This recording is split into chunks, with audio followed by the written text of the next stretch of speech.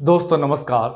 आज हम 67 BPSC mains के लिए चर्चा करेंगे। औद्योगिक विकास से जुड़े हुए सारे पहलुओं पर चर्चा करेंगे और ख़ास करके भारत के परिप्रेक्ष्य में दिखाएंगे औद्योगिक विकास का महत्व, औद्योगिक विकास की संरचना, आर्थिक सुधार, भूमंडलीकरण का भारतीय औद्योगिक क्षेत्र पर प्रभाव और आर्थिक सुधार, इस सारे पहलुओं पर हम चर्चा करेंगे।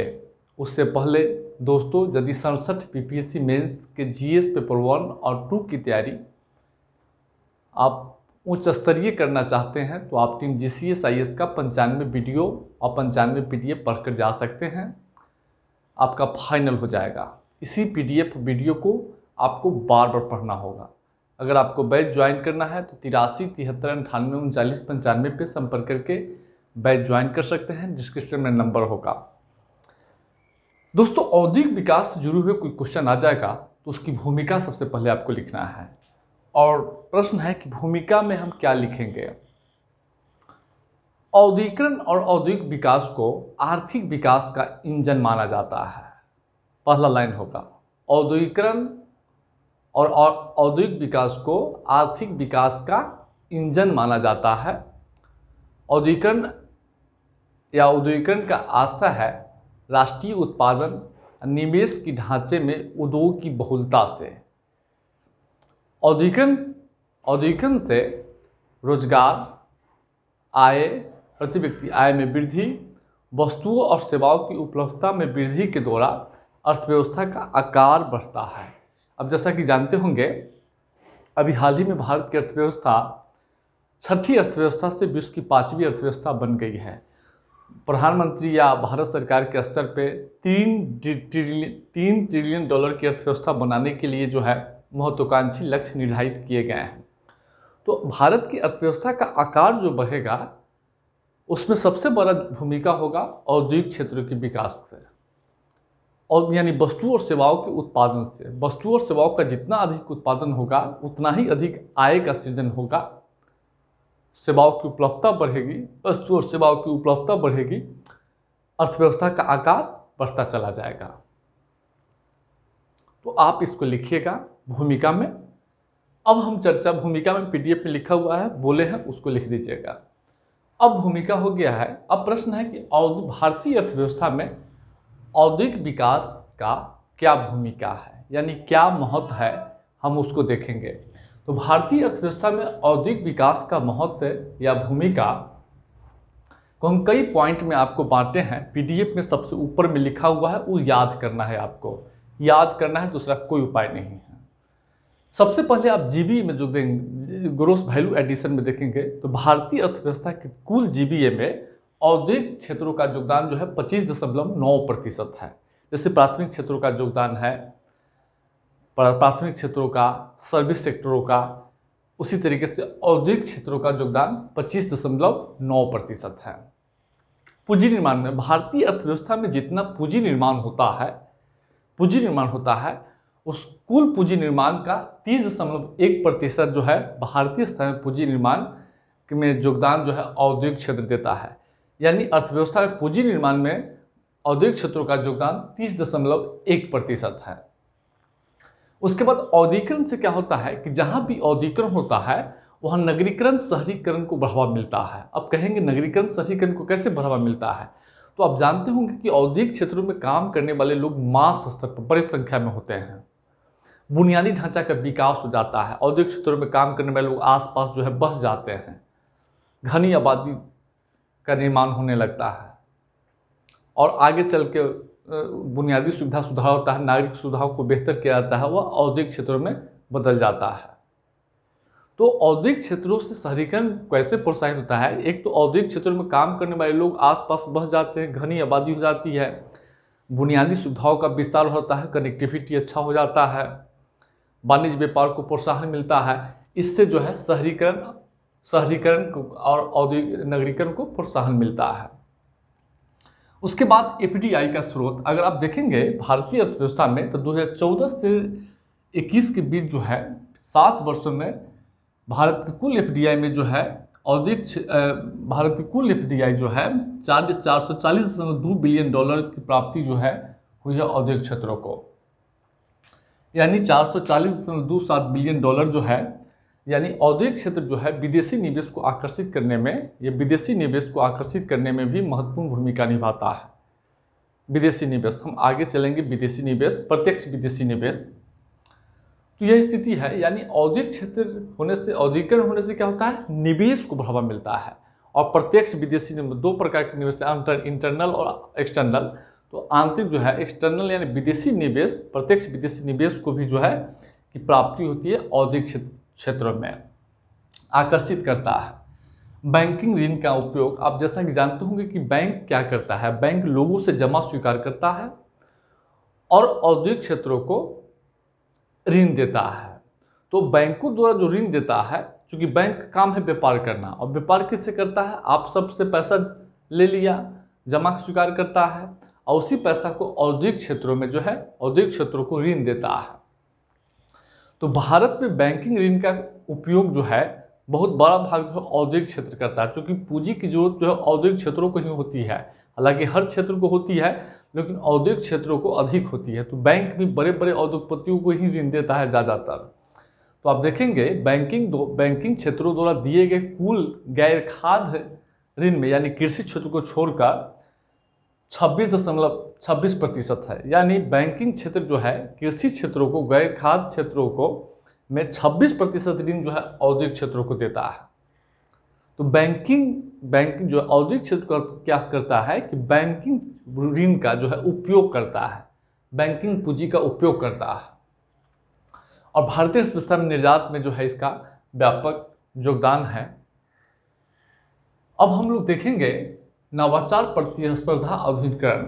देखिए, औद्योगिक क्षेत्र अर्थव्यवस्था में नवाचार को, प्रतिस्पर्धा को प्रोत्साहित करके आधुनिकीकरण को बढ़ावा मिलता है। अब देखिए, औद्योगिक क्षेत्र जो फ्रिज देखिए, टीवी देखिए, LCD देखिए, मोबाइल देखिए, बढ़िया बढ़िया जीन्स पैंट शर्ट देखिए, उसके बाद जो है टिकाऊ उपभोक्ता वस्तुओं देखिए, अच्छे अच्छे कार, गाड़ी, इस सब के विकास के दौरान नवाचार को हमेशा जो है, आप देखते होंगे हमेशा मोबाइल में बदलाव आता रहता है, हमेशा लैपटॉप में बदलाव आता रहता है, हमेशा पैंट्स रेडीमेड गारमेंट में जो है बदलाव आता है, इलेक्ट्रॉनिक वस्तुओं में हमेशा बदलाव आता रहता है।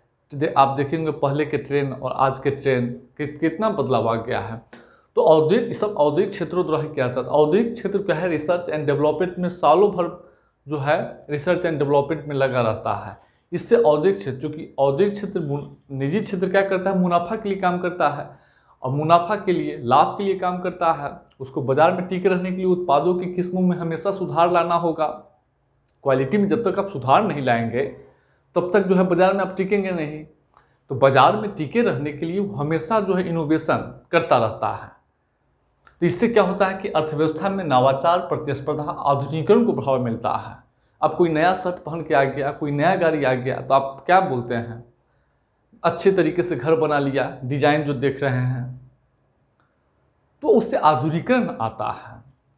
तो औद्योगिकरण से आधुनिकीकरण आता है। उसके बाद हम लोग देखेंगे पिछड़े क्षेत्रों का विकास। आप बार बार देखे होंगे बिहार में पिछड़ा है, बिहार में उद्योग धंधे नहीं है। बिहार के पिछड़ेपन का सबसे बड़ा कारण उद्योग धंधों की बहुलता नहीं है, उद्योग धंधों का अभाव। तो पिछड़े क्षेत्रों का विकास औद्योगिक क्षेत्र कैसे करता है, आप यहाँ देखिए। सबसे पहले पिछड़े क्षेत्रों में औद्योगिक विकास अगर करेंगे, कोई कारखाना लगाएंगे, तो आसपास सड़क, पुल, पुलिया, बिजली, इस सब की सुविधा बढ़ जाती है। बुनियादी ढांचा में सुधार होता है।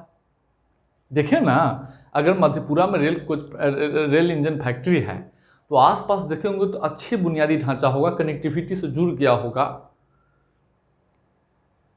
बिजली की व्यवस्था होगा, जल की व्यवस्था होगी, साफ सफाई की व्यवस्था होगी।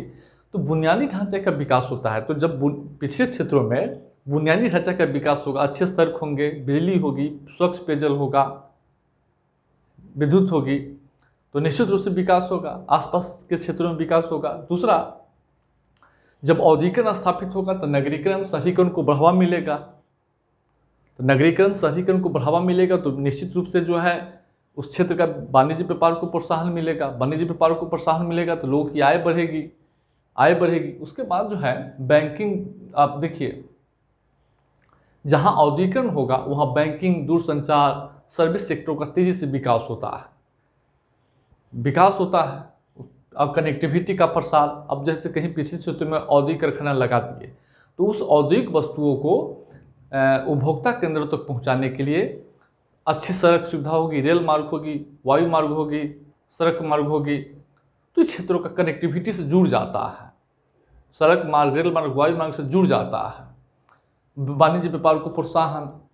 अब ये सब क्रिया क्या करता है, लोगों की आय में सृजन करता है और संपन्नता बढ़ती है तो निश्चित रूप से पिछड़े क्षेत्रों का विकास होगा। तो इसी तरीके से पिछड़े क्षेत्रों का विकास होता है या क्षेत्रीय असंतुलन को दूर करने में इसकी भूमिका जो है महत्वपूर्ण भूमिका। इसके अलावा पिछड़े क्षेत्रों में निवेश को भी बढ़ावा मिलता है, स्थानीय लोगों को रोजगार मिलता है।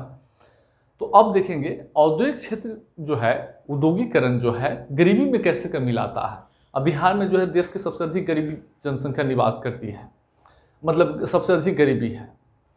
51.91%। नीति आयोग के राष्ट्रीय भूयामी गरीबी सूचकांक के अनुसार बिहार के 51.91% जो है लोग जो है भूयामी रूप से गरीबी में जीवन यापन कर रहे हैं। तो औद्योगिकरण से कैसे गरीबी में दूर होता है, गरीबी में कैसे कमी आती है, हम इसको यहाँ देख रहे हैं। इसी पॉइंट को याद रखना है आपको। इसको आप एमएससी में भी लिख सकते हैं, मेक इन इंडिया में भी लिख सकते हैं, बिहार में औद्योगिकरण में लिख सकते हैं। इसलिए इस टॉपिक्स को पढ़ाए हैं कि ताकि एक व्यापक अप्रोच आपके पास रह सके। तो देखिए सबसे पहले जहाँ औद्योगिकरण होगा पिछड़े क्षेत्रों में, वहाँ रोजगार का सृजन होगा, स्थानीय लोगों को रोजगार मिलेगा।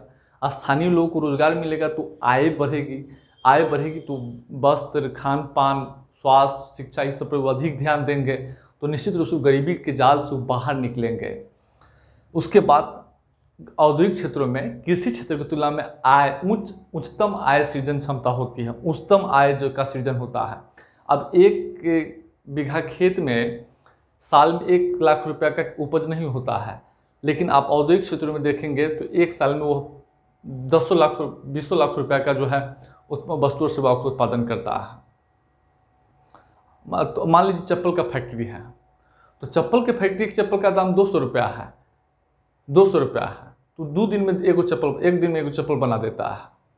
और गेहूं जो देखिए, चावल उपजाइए, तो कृषि क्षेत्र की तुलना में औद्योगिक क्षेत्रों में आय सृजन उच्चतम होता है, इसलिए आय का सृजन होता है। दूसरा है कि औद्योगिक क्षेत्रों द्वारा औद्योगिकरण से क्या होता है कि वस्तु और सेवाओं की उपलब्धता बढ़ती है। वस्तु और सेवाओं की उपलब्धता बढ़ेगी तो निश्चित रूप से सभी लोग के जो है रेंज में रहेंगे, पहुंच वृद्धि होगी। अब मान लीजिए रेडियो, टेलीविज़न, पंखा, शर्ट, विभिन्न प्रकार के जो सौंदर्य प्रसाधन है, इस सब की उपलब्धता जो है औद्योगिक क्षेत्रों द्वारा ही बढ़ती है। इस सब की उपलब्धता, मान लीजिए किसी को साइकिल हो गया, मोटरसाइकिल हो गया, अच्छा घर बन गया। अब घर बनाने के लिए क्या होगा, छड़ चाहिए, सीमेंट चाहिए, औद्योगिक क्षेत्रों द्वारा उत्पादन होता है। शौचालय बनाने के लिए पाइप चाहिए, फिर जो निर्माण सामग्री चाहिए उसका उत्पादन औद्योगिक क्षेत्रों द्वारा होगा। उसके बाद जो है आप पहनने के लिए जो वस्त्र चाहिए, जूता चाहिए, चप्पल चाहिए, बाल कलर करने के चाहिए, सबका उत्पादन औद्योगिक क्षेत्रों द्वारा होता है। परिवहन के लिए साइकिल, मोटरसाइकिल, ये सब की उपलब्धता बढ़ती है। शिक्षा के लिए अब शिक्षा के लिए पैसा चाहिए, तो पैसा जो औद्योगिक क्षेत्रों से जो है आय से सृजन होगा। तो वस्तु और सेवाओं की, मान लीजिए वस्तु और सेवाओं की जो पंखा है, टेलीविजन है, रेडियो है, मोबाइल है, इस सब की उपलब्धता, साइकिल है, इस सब की उपलब्धता बढ़ेगी तो लोगों की पहुंच बढ़ेगी, गरीबी में गिरावट आएगा। उसके बाद अब कृषि क्षेत्र की विकास होता है। अब कृषि क्षेत्र में उर्वरक हो, कीटनाशक हो, थ्रेशर हो, कंबाइन मशीन हो, तो ये सब यंत्र, बीज, इस सब का उत्पादन जो है औद्योगिक क्षेत्र द्वारा किया जाता है। और इससे कृषि क्षेत्र का विकास होगा। कृषि जो है मशीनीकरण को बढ़ावा मिलेगा, इससे लोगों की आय सृजन होगी, गरीबी दूर होगा। उसके बाद कृषि क्षेत्र में सिंचाई के लिए विभिन्न प्रकार के पाइप है, ट्यूबवेल है, ये सब जो है औद्योगिक क्षेत्र द्वारा उत्पादन होता है। और औद्योगिक क्षेत्र द्वारा उत्पादन होगा और इसका प्रयोग कृषि क्षेत्र में किया जाएगा। इससे क्या होगा, कृषि का मशीनीकरण बढ़ेगा। कृषि का मशीनीकरण बढ़ेगा तो क्या होगा, कृषि का मशीनीकरण बढ़ेगा तो उत्पादकता में वृद्धि होगी। उत्पादकता में वृद्धि होगी तो किसानों की आय बढ़ेगी, कृषि में से जुड़े हुए लोग की आय बढ़ेगी। इसके अलावा औद्योगिक क्षेत्र क्या करता है, कृषि वस्तुओं का कच्चे माल के रूप में उपयोग करता है, उसका मूल्यवर्धन करता है, ऊंचा दाम देता है, चाहे कपास हो या गन्ना हो। तो यह स्थिति है। उसके बाद जो है गरीबी निवारण। अब देखिए, गरीबी निवारण कार्यक्रम पर खर्च करने के लिए सरकार को संसाधन की प्राप्ति होती है।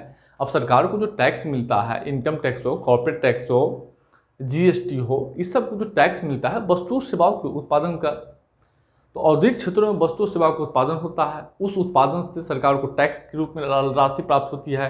जिस कंपनी में उत्पादन होता है उस कंपनी के जो मालिक है उसकी आय बढ़ती है तो वह इनकम टैक्स देता है, कॉर्पोरेट टैक्स निगम कर देता है। विभिन्न प्रकार के शुल्क कर से सरकार की आय बढ़ती है, राजस्व संसाधन की प्राप्ति होती है।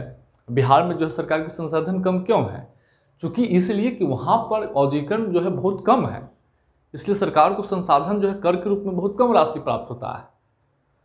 तो अब सरकार औद्योगिकरण होगा तो सरकार को कर राजस्व के रूप में अधिक राशि प्राप्त होगी, विभिन्न प्रकार के शुल्क प्राप्ति होगी, इससे सरकार की आय बढ़ेगी। इस आय का प्रयोग करके इस आय से, इस संसाधन से सरकार गरीबी रोजगार पे, आवास पे, शिक्षा पे, स्वास्थ्य पे, पेयजल पे, साफ सफाई पे खर्च करती है। इससे भी गरीबी से बाहर लोग निकलेंगे। तो गरीबी में कमी कैसे औद्योगिक क्षेत्र करता है, हम इसको बताए हैं। अब हम औद्योगिक क्षेत्र में सुधार पढ़ाएंगे।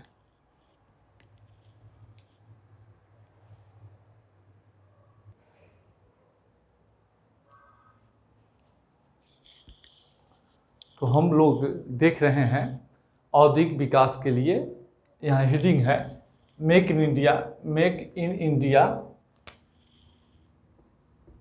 इंडिया, आत्मनिर्भर भारत विनिर्माण औद्योगिक विकास / $5 ट्रिलियन की अर्थव्यवस्था बनाने के लिए हालिया प्रयास या हालिया सुधार, इस सरकार के सारे प्रयास को हम देखने का प्रयास करेंगे। इसमें क्या होगा कि मेक इन इंडिया को बढ़ावा देने के लिए सरकार का प्रयास से क्वेश्चन आ जाएगा, फिर भी यही लिखना है आपको। औद्योगिक विकास से रिलेटेड क्वेश्चन आ जाएगा तो यही लिखना है। आत्मनिर्भर भारत के निर्माण से क्वेश्चन आ जाएगा। इसके साथ साथ कृषि क्षेत्र में जो सुधार किए गए हैं, सर्विस सेक्टर में, दोनों सब मिलाकर लिखना है, लेकिन ये तो लिखना ही है। उसके बाद $5 ट्रिलियन की अर्थव्यवस्था बनाने के लिए सरकार का क्या प्रयास है, उसमें भी आपको यही सब लिखना है पूरा। और देखिए, सबका व्याख्या करना संभव नहीं है, इसलिए पॉइंट याद रखिएगा, ऊपर एक एक लाइन लिख के और नीचे ऐसे ही उतारते चले जाइएगा कॉपी पे। नंबर आपको ऐतिहासिक रूप से सबसे अधिक मिलेंगे। इकोनॉमिक्स के एक क्वेश्चन पे आपको 28-27 नंबर मिलेंगे और आप लोगों का रिजल्ट होगा। तो हम लोग एक एक करके चर्चा करेंगे। श्रम सुधार, देखिए देश में 44 श्रम कानूनों को मिलाकर 4 श्रम संहिताओं में समाहित किया गया है और इसका उद्देश्य है उद्योग और कामगारों में सामंजस्य स्थापित करना। क्या होता था कि औद्योगिक क्षेत्रों में धरना प्रदर्शन बहुत होता था, इससे उसके बाद श्रमिकों के दशाएं जो है, काम करने की जो दशाएं थी, एनवायरनमेंट था, वो भी प्रतिकूल था। तो उद्योग और कामगारों के बीच जो है सामंजस्य स्थापित करने के लिए औद्योगिक क्षेत्रों को भी शिकायत थी श्रम कानून से और कामगारों को भी शिकायत थी श्रम कानून से। इससे औद्योगिक विकास में फैक्ट्रियों में काम करने वाले फैक्ट्री मालिक को या फैक्ट्री में काम करने वाले कामगारों को भी, दोनों को चिंताएं थी। इस चिंता को दूर करने के लिए दोनों में एक कोऑपरेटिव बनाने के लिए, दोनों में एक कोऑपरेटिव एनवायरनमेंट के लिए सभी 44 श्रम कानूनों को समाहित करके 4 श्रम संहिताओं का निर्माण किया गया है। इससे क्या होता है कि औद्योगिक क्षेत्र को जो है, जो फैक्ट्री थी, इंस्पेक्टर राज है, उससे मुक्ति मिला है और कामगारों को भी सुविधा होगा। इससे क्या होगा, औद्योगिक क्षेत्र को और बढ़ावा मिलेगा, औद्योगिक मालिकों को, निजी क्षेत्रों को इससे लाभ होगा। उसके बाद दूसरा है कर सुधार। हाल ही में आप देखेंगे कर सुधार के लिए, कर सुधार के तहत प्रत्यक्ष और अप्रत्यक्ष दोनों प्रकार के, चूँकि वाणिज्य व्यापार को प्रोत्साहित करने के लिए कर सुधार किए जाते हैं। देखिए कर सुधार के तहत जो है क्या होता है कि अगर कर कानून जटिल है तो इससे वाणिज्य, व्यापार, उद्योग धंधे, कारोबार क्या होता है, हतोत्साहित होता है, हतोत्साहित होता है। भारत में बहुत सारे अलग अलग प्रकार के टैक्स था। इस टैक्स से क्या होता है कि एक औद्योगिक क्षेत्रों को जगह जगह टैक्स देना पड़ता था। उससे जो है लोगों को भी जो है जगह जगह जो है परेशानी होती थी। तो इन सब से मुक्ति के लिए दो प्रकार के सुधार किए गए हैं, प्रत्यक्ष कर और अप्रत्यक्ष कर, दोनों में सुधार किए गए हैं, दोनों में। और जीएसटी एक्ट जो 17, जीएसटी के तहत जो है 17 प्रकार के विभिन्न प्रकार के अप्रत्यक्ष करों को मिलाकर जीएसटी जो है सब शामिल कर दिया गया है। जीएसटी के 4 संरचना है, स्टेट, एक central GST, state GST, IGST, UT GST. अलग अलग राज्यों, केंद्र शासित प्रदेश और सेंट्रल के लिए, और एक राज्य से दूसरे राज्यों के लिए सबका अलग अलग ढांचा है। इसमें कर कानून, कर ढांचा जो है 4-5 है, 0, 5, 12, 18, 28। और जीएसटी दरों को निर्धारित करने के लिए जीएसटी काउंसिल का भी गठन किया गया है। तो जीएसटी से क्या हुआ है कि एक कर प्रपाती है, एक ही वस्तु पर कई बार जो कर दिया जाता है उससे मुक्ति मिला है। क्योंकि जीएसटी एक गंतव्य आधारित कर है, गंतव्य आधारित कर है, जो पूरे देश में वस्तु सेवाओं पर एक ही दर से लगाया जाता है। जैसे 5 रुपया हो, कोई वस्तु का अगर मान लीजिए 5 रुपया दर है, दही का ले लीजिए, मान लीजिए रेट 5 रुपया है, तो पूरे देश में दही पर 5 रुपया ही जीएसटी लगेगा। तो ये गंतव्य आधारित कर है जो वस्तु और सेवाओं पर एक समान दर से लगाया जाता है। इसका मुख्य उद्देश्य है एक कर, एक बाजार और एक देश, जीएसटी। इससे कारोबार करने में सहूलियत हुआ है, कारोबार करने में सुविधा होगा, तो वाणिज्य, व्यापार, उद्योगपति या व्यापारी और कारोबार को विस्तार करने के लिए प्रोत्साहित होगा। इससे औद्योगिक विकास होगा, वाणिज्य व्यापार का प्रोत्साहन होगा। उसके बाद आयकर सुधार के तहत जो भी अभी हाल ही में पारदर्शी कराधान, ईमानदार का प्लेटफॉर्म, आत्मनिर्भर भारत अभियान के तहत इसकी शुरुआत की गई थी। इसके 3 हैं, एक फेसलेस चार्टर है, जैसा कि आप जानते हैं फेसलेस मूल्यांकन है। इसमें क्या है कि कर अधिकारियों और आयकर दाताओं के बीच जो है भौतिक संपर्क को समाप्त कर दिया गया है। उसके बाद फेसलेस मूल्यांकन है, फेसलेस जो है अपील है। इसमें भी आयकर दाताओं के भौतिक उपस्थिति को समाप्त कर दिया गया है। और टैक्स चार्टर के तहत क्या है कि कर अधिकारियों और आयकर दाताओं, करदाताओं दोनों के अधिकारों और कर्तव्यों को स्पष्ट रूप से परिभाषित किया गया है। इससे करदाता और कर अधिकारी दोनों को सुविधा होगा। करदाताओं को भी क्या होगा कि जो उत्पीड़न होता था कर कानूनों से, जो कर अधिकारियों द्वारा जो उत्पीड़न किया जाता था, लेट लतीफ़ी जो होती थी, व्यवसायियों को कर देने में जो दिक्कत होता था उद्योगपतियों को, इससे उसको जो है एक सुविधा का वातावरण मिलेगा, सुविधा होगा। इससे क्या होगा, वाणिज्य व्यापार को प्रोत्साहन मिलेगा और सरकार को भी संसाधन की अधिक प्राप्ति होगी।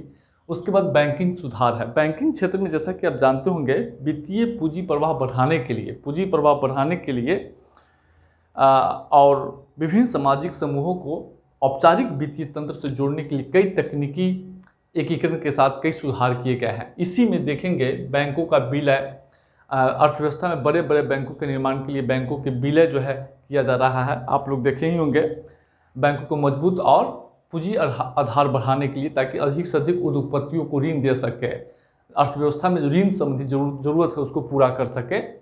उसके बाद इंद्रधनुष योजना के तहत बैंकों के जो गवर्निंग काउंसिल है उसमें सुधार किया गया है। उसके बाद बैंकों में जो फंसा हुआ ऋण है उसको दूर करने के लिए दिवाला एवं शोधन अक्षमता संहिता लागू की गई है। उसके बाद नीति दरों को, मौद्रिक नीति दरों को तर्कसंगत बनाने के लिए, ब्याज दर को तर्कसंगत करने के लिए मौद्रिक नीति समिति का गठन किया गया है। इस सबसे क्या होगा, बैंकिंग क्षेत्र में जो पूंजी प्रवाह है, औद्योगिक क्षेत्र में पूंजी प्रवाह है, उसका प्रवाह बढ़ेगा, उद्योगपतियों को ऋण प्राप्त होगा सुविधा से। तो इससे पूंजी अर्थव्यवस्था में पूंजी का प्रभाव बढ़ेगा, तो इस पूंजी से उद्योगपति अपने कारोबार में विस्तार करेंगे। उसके बाद प्रत्यक्ष विदेशी निवेश, जैसा कि जानते होंगे प्रत्यक्ष विदेशी निवेश में क्या होता है, पूंजी आता है, टेक्नोलॉजी आता है दूसरे देशों से। तो प्रत्यक्ष विदेशी निवेश का अर्थ है किसी विदेशी कंपनी द्वारा भारतीय कंपनी या उसके भूमि, उसके प्लांट, उसकी मशीनरी में निवेश करने से है। कोई विदेशी कंपनी, जैसे प्रत्यक्ष विदेशी निवेश में क्या होगा, अमेरिका के कोई कंपनी, मान लीजिए अमेरिका के फोर्ड ले लीजिए, फोर्ड अमेरिका की कंपनी है। अब फोर्ड भारत में प्लांट स्थापित कर रहा है किसी सहायक कंपनी के साथ या स्वयं स्थापित कर रहा है, तो टेक्नोलॉजी लाएगा, पूंजी लाएगा, तो यहाँ उत्पादन करेगा। इससे स्थानीय स्तर पर रोजगार का सृजन होगा, स्थानीय स्तर पर निवेश को बढ़ावा मिलेगा, वस्तु सेवा का उत्पादन बढ़ेगा। तो एफडीआई से क्या होता है, निवेश का विस्तार होगा, रोजगार को बढ़ावा मिलता है, बुनियादी ढांचा का विकास होता है, अर्थव्यवस्था में नवाचार को प्रोत्साहन मिलता है, औद्योगिक उत्पादन होता है। तो औद्योगिक एफडीआई में सुधार के लिए अब देखे होंगे रक्षा क्षेत्र में एफडीआई की मंजूरी दी गई है। जो सीमा था 49% उसको बढ़ा दिया गया है, 74% तक कर दिया गया है। और नकारात्मक मदों कुछ क्षेत्रों को छोड़कर सभी क्षेत्रों में एफडीआई की अनुमति दे दी गई है। तो यह सुधार किया गया है 1991 से लेकर अब तक। उसके बाद ऊर्जा क्षेत्र में, जैसा कि जानते होंगे औद्योगिक संचालन में औद्योगिक क्षेत्र में ऊर्जा का महत्वपूर्ण योगदान है, क्योंकि औद्योगिक क्षेत्रों में औद्योगिक वस्तु के उत्पादन में या कारखाना का सारा काम, चाहे प्रकाश की व्यवस्था हो या मशीन चलाने के लिए, सबके लिए ऊर्जा की आवश्यकता होती है। तो घरेलू देश में यानी भारत में ही ऊर्जा उत्पादन को ऊर्जा के क्षेत्र में आत्मनिर्भर बनाने के लिए, ऊर्जा को अधिक से अधिक उत्पादन के लिए ऊर्जा क्षेत्र में भी कई सुधार किए गए हैं। अब देखिए, नई हाइड्रोकार्बन उत्खनन एवं लाइसेंसिंग नीति नेल्प की जगह पे हेल्प लाया गया है। इससे क्या होता है कि घरेलू क्षेत्र में घरेलू तेल उत्पादन को बढ़ावा मिलेगा, गैस का बढ़ावा मिलेगा। इस नीति के तहत क्या हो गया है कि पहले से जो राजस्व हासिल नीति थी उसका स्थान पर इसका उत्पादन इस नीति के तहत जो है उत्पादन बढ़ाने के लिए, एक समान लाइसेंसिंग के लिए, और जो उत्खनन करता है, अन्वेषण करता है, उसको मूल्य निर्धारण करने की छूट दी गई है। 3 चीज़ है। एक तो पहले क्या था कि जो उत्पादन करता था उसको राजस्व देता था, उसमें हिस्सेदारी सरकार की होती थी। अब सरकार इस नीति की तरफ क्या किया है कि आप उत्पादन बढ़ाइए। पहले राजस्व अर्जित करने पर सरकार का जोर था, अब सरकार का जोर है उत्पादन बढ़ाने पर, इसलिए इसको लाया गया है। पहले क्या था कि तेल के लिए, खनिज के लिए, अन्य जो है जितने भी हाइड्रोकार्बन हैं उसके उत्खनन के लिए अलग अलग लाइसेंसिंग की जरूरत होती थी। अब क्या है कि एक लाइसेंसिंग ले लिए, कोयला का भी खनन कर रहे हैं, पेट्रोल का भी खनन करेंगे, उधर पेट्रोल का भी, प्राकृतिक गैस का भी, कोल बेड मीथेन का भी, तो सबका जो है आप एक ही लाइसेंस से उत्खनन कर सकते हैं। इससे ऊर्जा क्षेत्र में तेल और गैसों के उत्पादन को बढ़ावा मिलेगा। उसके बाद जो कंपनी कहीं तेल ब्लॉक का खोज करता है, तो उस खोज करता है जो उत्पादन करेगा उसको मूल्य निर्धारण करने की भी छूट दी गई है इस पॉलिसी के तहत। उसके बाद सरकार देश को तेल आधारित अर्थव्यवस्था को गैस आधारित अर्थव्यवस्था में बदलने के लिए एक देश एक ग्रिड जो है की परिकल्पना की है। इसके तहत क्या है, औद्योगिक क्षेत्रों में गैस का प्रवाह बढ़ेगा, उत्पादन बढ़ेगा। जैसे उर्वरक क्षेत्रों में, बहुत एल्युमिनियम उद्योग में, और बैटरी चालित वाहनों को फेम इंडिया। अब देखिए आप ई रिक्शा, ई कार, ई बस, इस सब से क्या हुआ, एक नया बन गया है। इससे उत्पादन बढ़ रहा है ना। बैटरी वाला रिक्शा, बैटरी वाला मोटरसाइकिल, बैटरी वाला जो है इलेक्ट्रिक वाहन, इससे क्या होगा, नई एक उद्योग डेवलप हो गया है बैटरी चालित इन बसों, ट्रकों, मोटरसाइकिल, कार। उसके बाद सरकार नवीकरणीय ऊर्जा को बढ़ावा दे रही है। तो नवीकरणीय ऊर्जा को बढ़ावा देने के लिए पीडीएफ में है, पीछे के वीडियो भी बना दिए, उसको देख लीजिएगा। उसके बाद आप सरकार जो है व्यापार सुधार, ease of doing business report में, चूँकि विश्व बैंक इसको बंद कर दिया है, तो व्यापार सुगमता के लिए, चूँकि कारोबार करने के लिए, वाणिज्य व्यापार उद्योग धंधों के विकास के लिए जो कानून है सरकार की, जो मंजूरियाँ है, उस आसान तरीके से होनी चाहिए। इसलिए सरकार क्या किया है, व्यापारिक नियमों को उदारीकरण कर रही है ताकि अधिक से अधिक औद्योगिक क्षेत्रों को व्यापारियों को लाभ मिल सके, सुविधा हो सके। सिंगल विंडो सिस्टम की स्थापना की गई है, जहां सभी प्रकार की मंजूरी एक ही जगह मिल जाता है। एकल खिड़की प्रणाली। औद्योगिक कारखाना शुरू करने से पहले बहुत सारे मंजूरी लेनी पड़ती है, जैसे विद्युत की, पर्यावरण की, भूमि की, समझ रहे हैं, कई प्रकार के प्रदूषण की। तो सारा मंजूरी एक ही जगह मिले, इसके लिए सिंगल विंडो सिस्टम की स्थापना की गई है। उसके बाद ऑनलाइन पर्यावरण मंजूरी भी दी जा रही है। ऐप पोर्टल के माध्यम से और विभिन्न प्रकार के जो सरकारी योजनाएं हैं उसका लाभ, उसकी सूचना, विभिन्न प्रकार के जो है जो योजनाएं हैं या सरकारी जो सूचनाएं हैं उसको संचालित की जाती है। इससे औद्योगिक क्षेत्रों को बढ़ावा मिलेगा। इसके अलावा नीतिगत प्रयास के तहत भी कई प्रकार के प्रयास किए गए हैं। सबसे पहले स्टार्टअप स्टैंड अप, जैसा कि जानते हैं कि अर्थव्यवस्था में युवाओं के बीच उद्यमियों को प्रोत्साहित करने के लिए स्टार्टअप स्टैंड अप योजना की शुरुआत की गई है। राष्ट्रीय अर्थव्यवस्था में निवेश को प्रवाह, बुनियादी ढांचा में निवेश की चुनौतियों को दूर करने के लिए, पूंजी की चुनौतियों को दूर करने के लिए राष्ट्रीय निवेश और बुनियादी ढांचा कोष का गठन किया गया है। उसके बाद स्मार्ट सिटी, जैसा कि आप जानते होंगे, शहरों को आर्थिक विकास का इंजन माना जाता है। शहरीकरण से क्या होता है, भारत के जीडीपी में आज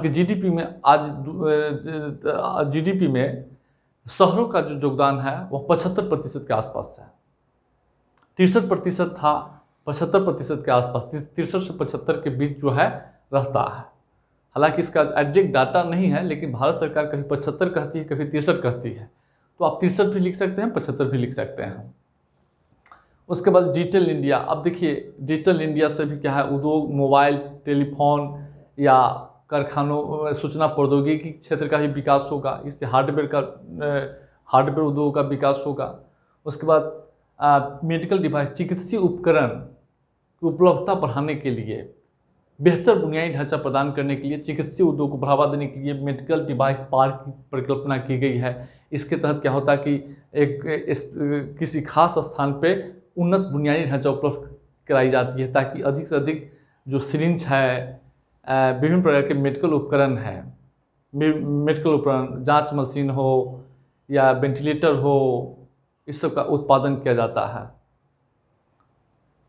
उसके बाद जैसा कि जानते हो कि वस्त्र उद्योग को बेहतर बुनियादी ढांचा प्रदान करने के लिए पीएम मित्र पार्क की परिकल्पना की गई है।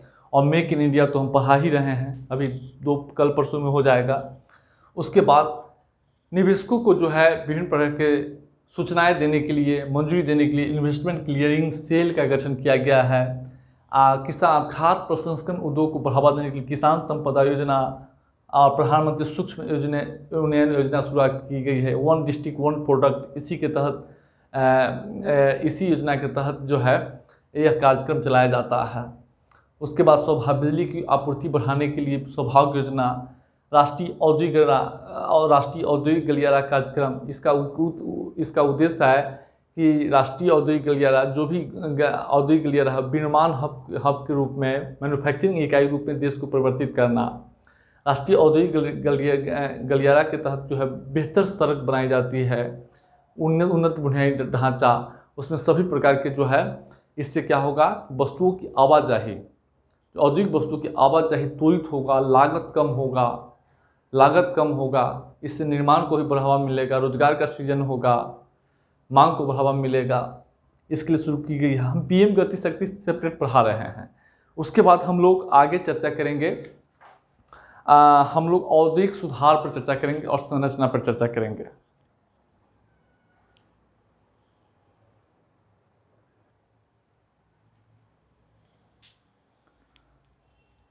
अब हम देखेंगे 1991 के बाद औद्योगिक समृद्धि और ढांचा की प्रवृत्ति, भारतीय औद्योगिक क्षेत्र की समृद्धि और औद्योगिक ढांचा की ट्रेंड हम देखेंगे, और ये भी बहुत महत्वपूर्ण है। उसके बाद भारतीय उद्योगों पर वैश्वीकरण का प्रभाव, हम इसको देखेंगे। तो सबसे पहले आप देखेंगे भारतीय औद्योगिक क्षेत्रों, 1991 के बाद भारतीय औद्योगिक क्षेत्रों की समृद्धि और ढांचा संरचना की क्या ट्रेंड रही है, हम उसको जो है देखेंगे। सबसे पहले देखेंगे 1991 के बाद भारतीय औद्योगिक ढांचा या संरचना को प्रभावित करने वाले जो प्रमुख कारण था, वो 24 जुलाई 1991 को घोषित नई आर्थिक नीति थी। नई आर्थिक नीति या वैश्विक एलपीजी नीति ही जो है 1991 के बाद भारतीय औद्योगिक क्षेत्रों को प्रभावित किया है। इसका क्या सकारात्मक और नकारात्मक असर रहा है, हम उसको भी देखने का प्रयास करेंगे। तो प्रभावित करने वाले 1991 के बाद भारतीय औद्योगिक क्षेत्र को प्रभावित करने वाले जो प्रमुख कारक है, या आर्थिक सुधार, 1991 के बाद आर्थिक सुधार या 1991 के आर्थिक सुधार, अगर आ जाएगा 1991 के आर्थिक सुधार, तो इसमें यही पॉइंट लिखिएगा। हम संक्षिप्त में या सरल शब्दों में बता रहे हैं, एग्जाम में टाइम ही नहीं मिलेगा कि आपको बड़ा बड़ा हम लिख कर देंगे और याद कर लीजिएगा। ऐसे भी पीडीएफ इतना डाटा है, इतना कंटेंट है कि उसको अगर संभाल लेते हैं तो यह भी बहुत बड़ी बात होगी। इसलिए मेरा मानना है कि आप सीधे एसडीएम बने, हम इसके लिए काम कर रहे हैं। मुझे विद्वान बनाने का कोई मतलब नहीं है और मुझे लगता है कि इसको जितने भी पीडीएफ में है अगर इसको आप रट लेते हैं तो आप विद्वान बन जाएंगे। तो 1991 में जो आर्थिक सुधार किया गया था वही 1991 के बाद जो है भारतीय औद्योगिक संरचना और ढांचा को और समृद्धि को प्रभावित किया है। पहला है उद्योग शुरू करने के लिए लाइसेंस अनिवार्यता की समाप्ति। 1991 से पहले क्या था कि उद्योग शुरू करने से जो है लाइसेंस लेना अनिवार्य था, लेकिन 1991 के बाद 1991 में क्या हुआ है कि लाइसेंस अनिवार्यता, बहुत सारे उद्योगों की लाइसेंस लेने की अनिवार्यता को समाप्त कर दिया गया है। और उस 1991 के बाद जो है सार्वजनिक उद्योगों में, सार्वजनिक कंपनियों में जो एनजीसी है, भेल है, एलआईसी है, विनिवेश और निजीकरण की नीति अपनाई गई है। निजीकरण के तहत क्या होता है कि सरकार जो है सरकारी कंपनी को निजी क्षेत्रों के हाथे बेच देती है। अब विनिवेश में क्या होती है कि सरकार जो है निजी क्षेत्रों को हिस्सेदारी देती है। आम जनता को, निजी क्षेत्रों को आप भी हिस्सेदारी ले सकते हैं, शेयर खरीद सकते हैं। एलआईसी का भी 20% अलाउ किया है ना एलआईसी में, तो वह है। उसके बाद सार्वजनिक क्षेत्र के लिए पहले क्या था कि 1991 से पहले बहुत सारे उद्योग सार्वजनिक क्षेत्र में थे कि उसका उत्पाद उस क्षेत्र से, जैसे रक्षा उद्योग, इसमें उत्पादन वही कर सकता है केवल सरकारी कंपनी। लेकिन अब जो है सार्वजनिक उद्योगों क्षेत्र के लिए आरक्षित उद्योगों में जो है कमी कर दिया गया था 1991 में। उसके बाद जो है पहले आयात निर्यात पर कई प्रकार के शुल्क लगे थे, प्रतिबंध लगा हुआ था, तो उस आयात निर्यात शुल्क को समाप्त कर दिया गया था और आयात निर्यात नीति उसको उदारीकरण कर दिया गया था। यानी वस्तु और सेवाओं के व्यापार में, भारत के विदेशों के साथ व्यापार में जो भी रुकावटें थे उसको समाप्त कर दिया गया है। विभिन्न प्रकार के शुल्क था, कानून था, उस अवरोधों को समाप्त कर दिया गया। उसके बाद क्या हुआ था कि यानी भारत की वस्तु विदेश में बिक सकता है, विदेश की वस्तु भारत में बिक सकता है। उसके बाद विदेशी कंपनियों को भारत में निवेश करने की छूट दी गई थी, यानी एफडीआई की नीति लागू की गई थी। अब विदेशी कंपनी भारत में आके, आप जान रहे हैं, सैमसंग है, फोर्ड है, टेस्ला है, बहुत सारा कंपनी भारत में काम कर रही है। अमेजन है, देख रहे हैं, या बहुत सारी कंस्ट्रक्शन कंपनी काम कर रही है। तो उसको निवेश करने की, भारत में कंपनी खोलने के लिए, निवेश करने की, भारतीय शेयर बाजार में पूंजी लगाने के लिए छूट दे दी गई थी इस नीति के तहत। तो इसका असर क्या हुआ अब भारतीय औद्योगिक क्षेत्र पर, इसका असर देखिए। सबसे पहले क्या हुआ, इसका जो है प्रभाव आर्थिक समृद्धि में अस्थिरता पैदा हुआ है। नकारात्मक प्रभाव में आर्थिक समृद्धि में क्या हुआ था, अस्थिरता, यानी औद्योगिक समृद्धि में अस्थिरता, यानी वस्तुओं का जो समृद्धि दर था, वस्तु और सेवाओं के उत्पादन में वृद्धि दर जो था उनमें उतार चढ़ाव हुआ है। अब देखिए 8वीं पंचवर्षीय योजना में भारत के औद्योगिक क्षेत्र की समृद्धि दर 7.4% था और 9वीं पंचवर्षीय योजना में वह घटकर 5% हो गया है, सीधे 5% हो गया है। और 11वीं पंचवर्षीय योजना में वह जो है बढ़कर 6.9% हो गया है और फरवरी 2020 में 4.5% हो गया है। फरवरी 2020 के बाद का हम डाटा नहीं दिए हैं कि कोविड के कारण समृद्धि दर निगेटिव चला गया था, इसलिए ट्रेंड में आप प्राकृतिक आपदाओं को शामिल नहीं करते हैं और अभी भी पटरी पर आ रहा है, इसलिए इसको ट्रेंड नहीं किया। अगले साल से फिर इसको अपडेट होगा, इसलिए जानबूझकर इसको 20 तक ही रखा गया है। उसके बाद ग्रोस वैल्यू एडिशन में औद्योगिक क्षेत्र के योगदान में, हिस्सेदारी में भी उतार चढ़ाव हुआ है। अब देखिए 1990-91 में भारत के जीबीए में औद्योगिक क्षेत्रों का योगदान 27.7% था, 2011-12 में 32.5% था और 2021 में जो है घटकर 25.8% हो गया है, यानी 27 से 32-25। इसका अर्थ है कि औद्योगिक क्षेत्रों का जीबीए में योगदान जो है उतार चढ़ाव रहा है, हिस्सेदारी में उतार चढ़ाव रहा है। उसके बाद अब देखेंगे इन नेगेटिव इम्पैक्ट में देखिएगा, उसके बाद पॉजिटिव इम्पैक्ट में देखेंगे। 1991 के बाद दूरसंचार उद्योग का तेजी से विकास हुआ है, मोबाइल फ़ोन हो गया, सैटेलाइट हो गया, अब देख रहे हैं इलेक्ट्रॉनिक सामान हो गया, ये सब जो है तेज़ी से इसका विकास हुआ है दूरसंचार उद्योगों का। आज जो है विश्व में दूसरा सबसे बड़ा जो है mobile manufacturing company Bharat mobile Nirja है। मोबाइल या स्मार्टफोन के उत्पादन में या मोबाइल के उत्पादन में भारत विश्व का दूसरा सबसे बड़ा देश बन गया है। और उपभोक्ता वस्तुओं का तेजी से, चूंकि 1991 के बाद प्रति व्यक्ति आय में वृद्धि हुई है, साक्षरता में वृद्धि हुआ है, रोजगार के अवसर पर आय का विस्तार हुआ है। इससे अब बड़े पैमाने पर गांव में भी लोग चप्पल, जूता, तेल, साबुन, motorcycle, cycle, tractor, jeep, car, इस सब का उपभोग करने लगे हैं। तो उपभोक्ता वस्तुओं का, उसके बाद बहुत सारा जो है उपभोक्ता वस्तु, ठीक है, चप्पल, जूता, कपड़ा, जीन्स, इस बेल्ट, इस सब का जो है तेजी से बड़े पैमाने पर उत्पादन हो रहा है। खनन उत्खनन का तेज, अब देखिए खनन उत्खनन क्षेत्र में नई सरकार की नई नीतिगत प्रयासों के परिणाम स्वरूप खनन उत्खनन, प्राकृतिक गैस, तेल, इस सब के उत्पादन में जो है कोयला, खनिज, जो एल्युमिनियम है, क्रोमाइट है, लौह है, इसके खनन में भी वृद्धि हुआ है। उसके बाद खाद्य प्रसंस्करण उद्योग का विकास। अब जैसा कि जानते हैं कि प्रति व्यक्ति आय में वृद्धि, साक्षरता में विस्तार, शहरीकरण में विस्तार के कारण खाद्य प्रसंस्करण उद्योग का, अब जबकि आप पहले देखते हैं गांव में पेप्सी, कोको कोला, मुरब्बा, डेयरी उत्पाद, दही, मिठाई, इसके अलावा अब भुजिया, जो हल्दीराम का आता है भुजिया, इस सब का उतना उत्पादन पहले नहीं होता था, अब इसका उत्पादन होने लगा है। तो इसका विकास हुआ है खाद्य प्रसंस्करण। अब देखिए 2018-19 से पहले विगत 5 वर्षों में खाद्य प्रसंस्करण उद्योग का विकास जो है, इस विकास दर जो है, वृद्धि दर 9.9% रही है। तो यह स्थिति है खाद्य प्रसंस्करण उद्योग का, जैसा कि आप देख रहे हैं। हाँ, 9.99% वार्षिक वृद्धि दर से वृद्धि किया है। उसके बाद रक्षा क्षेत्रों का तेजी से विकास हुआ है। अब भारत जो है फिलीपींस को ब्रह्मोस मिसाइल का निर्यात कर रहा है। कई देशों को साथ बातचीत चल रही है रक्षा उपकरणों, मिसाइलों के निर्यात में। इस उद्योग का विकास हुआ है। एक चीज़ है कि कमी में क्या हुआ है, पूंजीगत वस्तुओं के महत्व में कमी हुई है, इससे अर्थव्यवस्था के लिए नुकसान है। अच्छा, निर्माण उद्योग का तेजी से विकास हुआ है। अब देखिए जगह जगह जो है फ्रेट कॉरिडोर बन रहा है, औद्योगिक गलियारा बन रहा है, एक्सप्रेसवे बन रहा है, सड़क पुल पुलिया का निर्माण हो रहा है। भारत माला हो, सागर माला हो, या विभिन्न औद्योगिक गलियारा हो, या रेलवे के फ्रेट कॉरिडोर हो, बंदरगाहों का निर्माण हो रहा है, रेलवे स्टेशनों का सौंदर्यीकरण हो रहा है। इससे निर्माण उद्योग का तेजी से विकास हुआ है।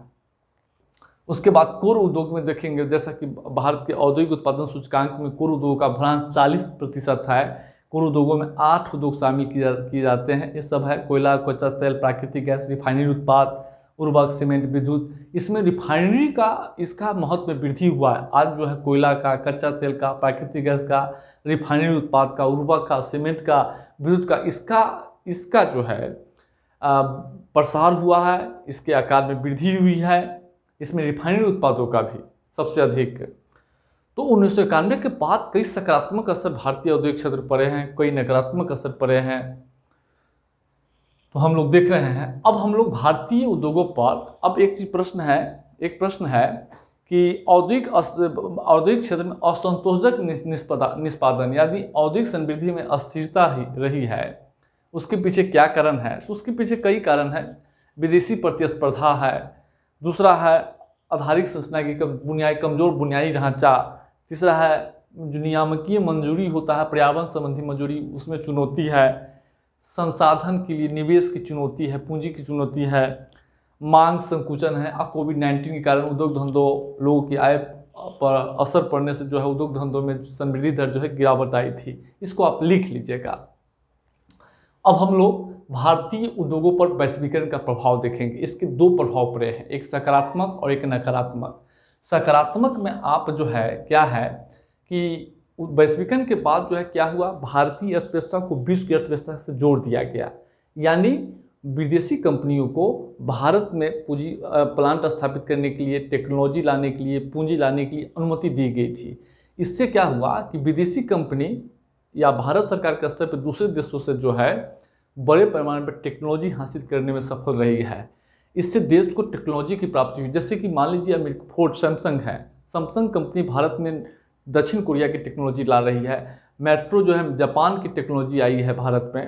तो टेक्नोलॉजी आई है, टेक्नोलॉजी आया है ना। मेट्रो किसका है? दिल्ली मेट्रो सबसे पहले बनाया गया था दिल्ली में आधुनिक ढंग के, हालांकि कोलकाता में पहले बनाया गया है, लेकिन आधुनिक ढंग के जो मेट्रो है जापान से टेक्नोलॉजी लाई गई है। आज बुलेट ट्रेन का निर्माण हो रहा है, टेक्नोलॉजी कहाँ से आ रहा है?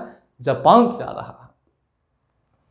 भारतीय उद्योगों के आकार में वृद्धि, आप देखेंगे भारतीय उद्योग अब बड़े पैमाने पर उपभोक्ता वस्तुओं का, कोर उद्योग का, रक्षा उद्योग का, इलेक्ट्रॉनिक उद्योग का, खाद्य प्रसंस्करण उद्योग का विस्तार हुआ है, इसलिए उद्योग का आकार बढ़ा है। उसके बाद अर्थव्यवस्था, आज देखिए भारत विश्व की 5वीं सबसे बड़ी अर्थव्यवस्था बन गई है। कहाँ पहले 10वीं 11वीं थी, अब जो है 5वीं अर्थव्यवस्था बन गई है। उसके बाद अर्थव्यवस्था में नवाचार प्रतिस्पर्धा को बढ़ावा मिला है। आज जो है रिसर्च एंड डेवलपमेंट पे बड़े पैमाने पर खर्च किए जाते हैं, लोग जुड़े हुए हैं। पेटेंट में आप देख रहे हैं, पेटेंट जो है हर चीज़ के लिए पेटेंट लोग हासिल कर रहे हैं, तो इससे नवाचार प्रतिस्पर्धा को बढ़ावा मिला है भारतीय अर्थव्यवस्था में। उसके बाद एफडीआई की प्राप्ति 1991 के बाद बड़े पैमाने पर एफडीआई की प्राप्ति हुई है। यह है डाटा, आप देख लीजिएगा, पीडीएफ में लिखा हुआ है। 440 बिलियन डॉलर जो है पिछले 2014-15 से अब तक जो है 21 तक एफडीआई जो है 440 बिलियन डॉलर की प्राप्ति हुई है। तो इसके बाद एफडीआई में 7 गुना की वृद्धि हुई है। उसके बाद जो है नए नए उद्योग का विकास, रक्षा उद्योग हो, इलेक्ट्रॉनिक उद्योग हो, खास प्रसंस्करण उद्योग हो, देख रहे हैं नए नए उद्योग का विकास हुआ। दूरसंचार उद्योग है, 1991 में मोबाइल उद्योग बहुत कम था और आज देखिए नकारात्मक प्रभाव भी पड़ा है। सबसे पहले क्या है कि पूंजीगत वस्तु के महत्व में कमी हुई है। उसके बाद औद्योगिक समृद्धि में अस्थिरता रही है, जैसा कि आप देखे होंगे औद्योगिक समृद्धि में अस्थिरता पैदा हुई है। उसके बाद भारतीय औद्योगिक क्षेत्र, भारतीय बाजार में सस्ते औद्योगिक वस्तुओं का आयात बढ़ा है, इससे भारतीय कंपनी को नुकसान हो रहा है और असमान प्रतिस्पर्धा को बढ़ावा मिला है। अब देखिए यह असमान प्रतिस्पर्धा भारतीय कंपनी और मल्टीनेशनल कंपनी एमएनसी के बीच असमान प्रतिस्पर्धा को बढ़ावा मिला है। चूँकि भारतीय उद्योग कंपनियों का आकार छोटा है, उसकी पूंजी आधार से कम होता है, लेकिन विदेशी बहुराष्ट्रीय कंपनी है, एमएनसी है, उसका व्यापक पूंजी आधार होता है, व्यापक बाजार होता है, रिसर्च एंड डेवलपमेंट पर व्यापक खर्च करता है। वह क्या आता है, विकासशील देशों में भारतीय अर्थव्यवस्था में क्या किया है कि भारतीय कंपनी को बौना बना दिया है। अब देखिए रिलायंस इंडस्ट्रीज, देखिए क्या वो एमएनसी कंपनी है। रिलायंस क्या किया है, मुकेश की कंपनी की बात बता रहे हैं, मुकेश की रिलायंस इंडस्ट्री क्या किया है, जियो, एयरटेल और वोडाफोन आइडिया एयरटेल को करीब प्रतिस्पर्धा पेश किया है, देख रहे हैं।